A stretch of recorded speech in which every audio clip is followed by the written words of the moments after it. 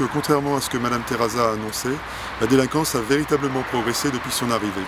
Nous étions sur des niveaux de 600 actes de délinquance dans les années 2009 et 2010. Aujourd'hui, nous sommes sur un niveau de 700 actes de délinquance, très précisément 702 en 2011 et 713 en 2012.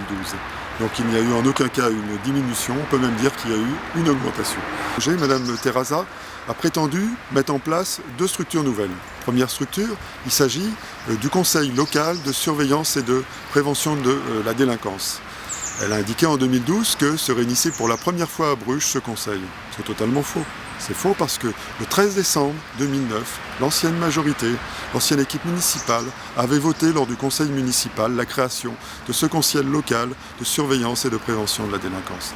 De 2009 jusqu'en 2012, Mme Terraza n'a pas utilisé ce conseil local de surveillance et de prévention de la délinquance et elle a fait semblant de le recréer en 2012. De la même manière, elle met en avant le fait qu'elle a signé une nouvelle convention de partenariat entre la police municipale et la police nationale. Or en fait, cette convention existe à Bruges depuis 2006. Donc qu'est-ce que Mme Terraza a fait? Elle a tout simplement renouvelé cette convention qui existe depuis 2006.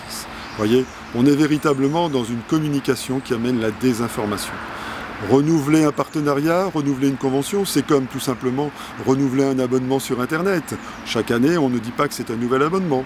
On renouvelle d'une manière mécanique et naturelle l'abonnement tel qu'il existe. Et c'est ce qu'a fait Mme Terraza.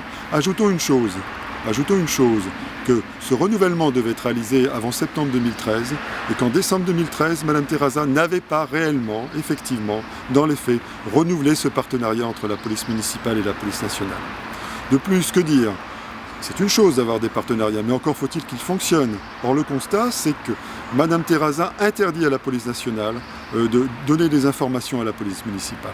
Et vous le savez, depuis son arrivée en 2010, Mme Terraza n'a fait qu'une chose, c'est retirer toutes les prérogatives d'intervention de la police municipale à Bruges.